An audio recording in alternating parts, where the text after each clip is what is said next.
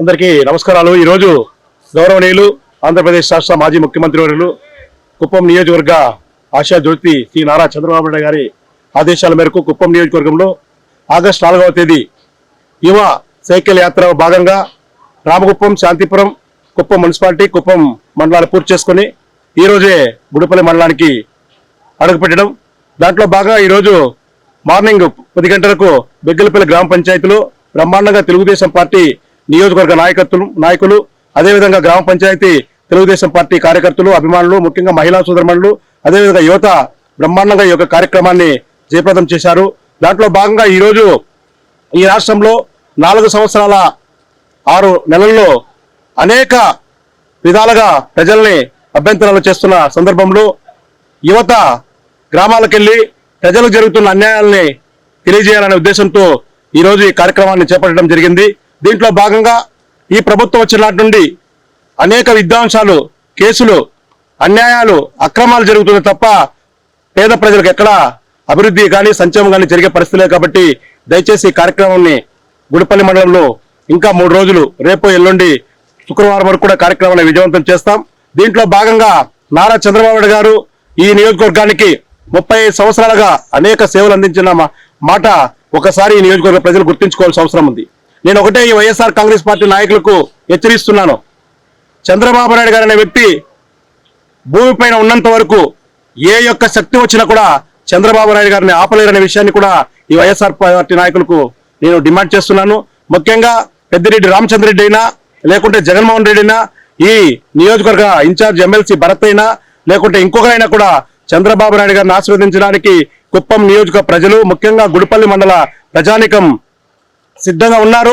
ఎందుకంటే వాళ్ళు అనుకోండొచ్చు, లోకల్ ఎలక్షన్లో గ్రామ పంచాయతీ ఎన్నికలు కావచ్చు, మున్సిపల్ ఎన్నికలు కావచ్చు, ప్రజలు ఇబ్బందులు పెట్టించి అధికార బలంతో, అధికారుల భయంతో ఆ రోజు అభ్యంతరం చేసి ఎన్నికల్లో గెలిచారు తప్ప పేద ప్రజలు ఆరాధించి ఎన్నికల్లో వాళ్ళు ఎప్పుడు గెలలేదు। అది మన నిన్న రిజల్ట్ ఒకసారి చూసుకొస్తా ఉంటే టీవీ వాడ ఎన్నికల్లో ఒక్క వార్డు ఎన్నికల్లోనే ఈరోజు తెలుగుదేశం పార్టీ అభ్యర్థికి 66 ఓట్లు మెజార్టీతో గెలిపించారంటే గుడిపల్లి మండలం నెక్స్ట్ రేపు జరగబోయే ఎన్నికల్లో 24 ఎన్నికల్లో ఖచ్చితంగా 15,000 నుండి 20,000 ఓట్లు వేసేకి ప్రజానికం సిద్ధంగా ఉన్నారు। ఎందుకంటే ఈరోజు ప్రజలకు జరుగుతున్న అన్యాయాలు, యువతకు ఉద్యోగాలు లేక, ఉపాధి లేక ఈరోజు ఎంతో ఇబ్బందులు పడుతున్నారు। ఆ రోజు 2019 ఎన్నికల్లో జగన్మోహన్ రెడ్డి గారు ఈ రాష్ట్రంలో ఉండే యువతకన్నీ కూడా నేను ఉపాధి కల్పిస్తానని, అనేక పరిశ్రమలు తీసుకొస్తానని మాటిచ్చి ఈరోజు యువతకు అన్యాయం జరిగిన మనం కళ్ళారా చూస్తున్నాం। అదేవిధంగా రైతుల విషయానికి వస్తే బ్రహ్మాండంగా గత ప్రభుత్వంలో చంద్రబాబు నాయుడు గారు రైతులకు అనేక కార్యక్రమాలు, విత్తనాలు అవుతానేమి, మందులు అవుతానేమి, సబ్సిడీ రుణాలు అవుతానేమి, అనేక కార్యక్రమాలు చేపట్టి రైతులను ఆదుకున్న పరిస్థితి మనకు ఒకసారి గుర్తించుకోవాల్సిన అవసరం ఉంది। కానీ ఈ రోజు జగన్మోహన్ రెడ్డి రైతుల తుంగలో తొక్కి ఈరోజు అనేక ఇబ్బందుల్లో పాలవుతున్న మాటను ఒకసారి గుర్తించుకోవాల్సిన అవసరం ఈ ప్రభుత్వానికి ఎంతైనా ఉంది। అదే కాకుండా మహిళా సోదరుల విషయానికి వస్తే ఈ రోజు బ్రహ్మాండంగా అందరూ కూడా ఈ నియోజకవర్గంలో ఉండే ప్రతి మహిళ కూడా ఆ రోజు సంతోషంగా ఉండేవాళ్ళు। ఈ రోజు ఏదో మేము కార్యక్రమాలు చేస్తున్నామని చెప్తున్నారు కానీ నిజంగా పేదవారికి, మహిళలకు సక్రమంగా అందే పరిస్థితి కనబడట్లేదు। కాబట్టి దయచేసి ఇవన్నీ కూడా మార్పు చెందాలంటే రేపు 24 ఎన్నికల్లో గౌరవ చంద్రబాబు నాయుడు గారు ఈ నియోజకవర్గంలో అత్యధిక మెజార్టీతో ఈ శాసనసభను గెలిపించి, అదేవిధంగా రాష్ట్రంలో చంద్రబాబు నాయుడు గారు ముఖ్యమంత్రి అయితే ఈ రాష్ట్ర భవిష్యత్తు ముందుకు సాగడానికి ఆస్కారం ఉంటుంది। ముఖ్యంగా ఈ నియోజకవర్గంలో ప్రజలందరూ కూడా సుఖ సంతోషాల్లో ఉండాలంటే చంద్రబాబు నాయుడు గారిని మళ్ళీ ముఖ్యమంత్రి చేయాల్సిన అవసరం ఉంది। సార్, ఇప్పుడు మనం ఉన్న దీని ప్రకారం గ్రామాల పట్ల చూసుకుంటే రైతులు అనే వాళ్ళకి ఒకప్పుడు ఏదైనా పంట నష్టం వస్తే నష్టపరిహారం కింద కొన్ని రకాలుగా గత ప్రభుత్వంలో జరిగేవి। సో ఇప్పుడున్న ప్రభుత్వానికి గత ప్రభుత్వానికి తేడా ఏంటో చెప్పగలుగుతారా? సార్, గత ప్రభుత్వంలో నేను కూడా ఈ మండలానికి 2 సార్లు జిల్లా పరిషత్ మెంబర్ గా పనిచేశాను సార్। ఎక్కడ ఏ రైతుకు ఇబ్బంది వచ్చినా తక్షణమే అక్కడుండి ఆ వ్యవసాయ అధికారులు కావచ్చు, ఆ మండలం ఉండే అధికారులు కావచ్చు, తక్షణమే స్పందించి ఆ రోజు అన్ని కార్యక్రమాలు చేపట్టేవాళ్ళు। కానీ ఈ రోజు పరిస్థితి చూస్తా ఉంటే రైతులు ఎక్కడికక్కడ ఇబ్బందులు పడే పరిస్థితి వస్తా ఉంది। మనం చూస్తూనే ఉన్నాము, మనం మారుమూల ప్రాంతంలో ఉన్నాం, మన గుడిపల్లి మండలం కానీ కుప్పం నియోజకవర్గం కానీ ఆ ఏనుగుల అభ్యంతరం చూసి ఈ రోజు మా గ్రామ పంచాయతీ సంబంధించి సుమారు 3 మాసాలుగా ఏనుగులు ఎంతో ఇబ్బంది పెట్టించి రైతులు పంట నష్టం చేస్తే ఆ పంట నష్టం కూడా ఇచ్చే పరిస్థితులు ఈ ప్రభుత్వం లేదు।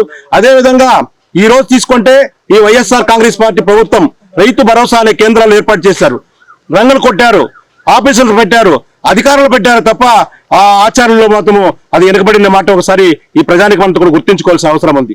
దాంట్లో భాగంగా ఈ రోజు తీసుకుంటే మళ్ళీ మన రైతన్నలు సంతోషంగా ఉండాలంటే, నాణ్యమైన విత్తనాలు రావాలంటే, వాళ్ళు పండించిన పంటలు గిట్టుబాటు ధరలు రావాలంటే మళ్ళీ తెలుగుదేశం పార్టీ అధికారంలో రావాలి.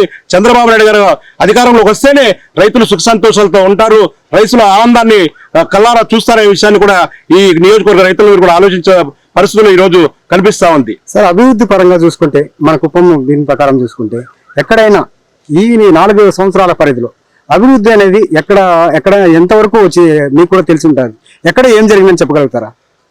సార్, చంద్రబాబు నాయుడు అనే వ్యక్తి 35 సంవత్సరాలుగా ఈ నియోజకవర్గంలో నడవడానికి రోడ్డు లేని సందర్భాల గ్రామాల్లో కూడా ఈ రోజు ప్రతి ఒక్క 10 ఇండ్లు ఉండే విలేజ్ కూడా తార్ రోడ్లు కావచ్చు, బీటీ రోడ్లు కావచ్చు, ముఖ్యంగా అదేవిధంగా సిమెంట్ రోడ్లు కావచ్చు, మనమే బ్రహ్మాండంగా చూసాము. 1 కిలోమీటర్ ఇంకా 2 కిలోమీటర్ సీసీ రోడ్లు వేసిన నియోజకవర్గం ఈ రాష్ట్రంలో, ఈ దేశంలో ఏదైనా ఉంది అంటే ఒక కుప్పం నియోజకవర్గం. ఎందరో ముఖ్యమంత్రులు చూసాము, మనము ఎన్నో ముఖ్యమంత్రులు శాసించే నియోజకవర్గాలు చూసాము. కానీ ఈ నియోజకవర్గంలో చేసినంత అభివృద్ధి కార్యక్రమాలు ఈ రాష్ట్రంలో ఎక్కడ కూడా ఏ ముఖ్యమంత్రి కూడా చేయలేదు. అది ఒకసారి గుర్తించుకోవాలి.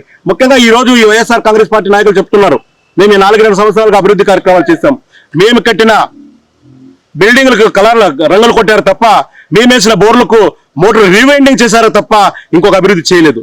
తార్ రోడ్లు మేమేసాం, సిమెంట్ రోడ్లు మేమేసాం, పాఠశాలలు మేము కట్టించాం, కమ్యూనిటీ భవనాలు మేము కట్టించాం, అంగన్వాడీ భవనాలు మేము కట్టించాం. తార్ రోడ్లు ముఖ్యంగా అభివృద్ధి అన్ని కూడా ఎవరు చేశారంటే తెలుగుదేశం ప్రభుత్వం చేసింది, చంద్రబాబు నాయుడు గారు చేసింది. నేను ఒకటే ఛాలెంజ్ చేస్తున్నా ఈ నియోజకవర్గ ఇన్ఛార్జ్ భరత్ గారికి, నీకు దమ్ము ధైర్యం ఉంటే చంద్రబాబు నాయుడు గారు కదా నీ పైన డిబేట్కి రావడానికి, లోకేష్ బాబు గారు నన్ను రమ్మని నేను వస్తా ధైర్యంగా.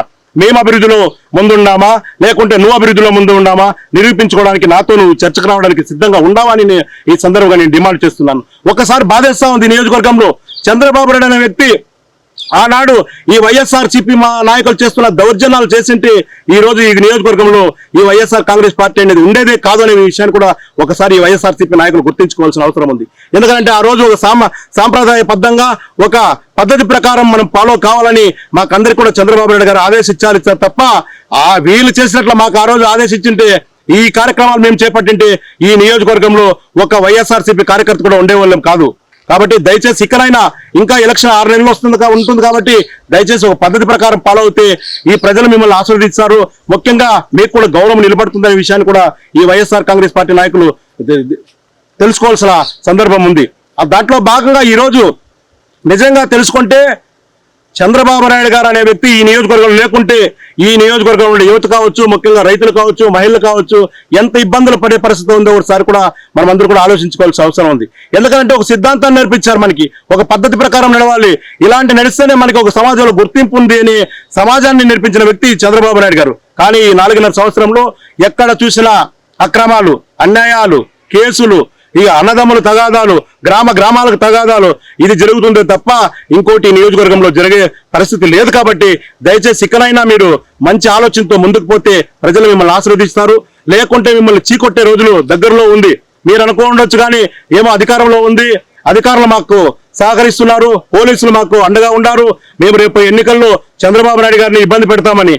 ఖచ్చితంగా ఈ నియోజకవర్గంలో ప్రతి ఒక్క తెలుగుదేశం కార్యకర్త ఒక సైనికులుగా, భారతదేశంలో సైనికులు ఎలా పనిచేస్తారో ఖచ్చితంగా ఈ నియోజకవర్గంలో ఉండే ప్రతి ఒక్క కార్యకర్త కూడా అదే విధంగా పనిచేసి రేపు రాబోయే ఎన్నికల్లో చంద్రబాబు నాయుడు గారికి అత్యధిక మెజార్టీ వచ్చే విధంగా లక్ష్యం అనే విధంగా పనిచేయడానికి ప్రతి ఒక్కరు కూడా సిద్ధంగా ఉన్నారు. ఇప్పుడు మనం అన్ని చూస్తున్నాం. నిజంగానే ఈ నియోజకవర్గంలో గతంలో 35 సంవత్సరాలుగా ఎక్కడ కూడా ఏ వైఎస్ఆర్ కాంగ్రెస్ పార్టీ కానీ కాంగ్రెస్ కానీ ఇంకో పార్టీ పైన కూడా కేసులు పెట్టిన పాపాన పోలేదు. కానీ ఈ రోజు చూసుకుంటే తెలుగుదేశం పార్టీ నాయకుల పైన కానీ కార్యకర్తల పైన కానీ అనేక అభ్యంతరాలు పెట్టి కేసులు పెట్టి మీరు బెదిరించాలని చూస్తారు. ఎన్ని కేసులు పెడతారో మీరు పెట్టుకోండి, మాకేం భయం లేదు. మేము న్యాయం కోసం పోరాడతామే కానీ మీలాంటి అవినీతి అక్రమాల కోసం మేము పోరాడే పరిస్థితి లేదు. ఖచ్చితంగా మాకు నాయకుడు చంద్రబాబు నాయుడు గారు ఒక సిద్ధాంతాన్ని నేర్పించాడు. ఆ సిద్ధాంతంలోనే రేపు మేము ఎన్నికలకు ముందుకు సాగుతాం. మేము చేసిన అభివృద్ధి కార్యక్రమాలను, సంక్షేమ కార్యక్రమాలని ప్రజలకు తెలియజేస్తాం. ప్రజల్ని ఆశీర్వదించే విధంగా వాళ్ళకు తెలియజేసి చంద్రబాబు నాయుడు గారిని అత్యధిక మెజార్టీ వచ్చే విధంగా మేము పనిచేస్తామని మేము తెలియజేసుకుంటున్నాను. Thank you sir.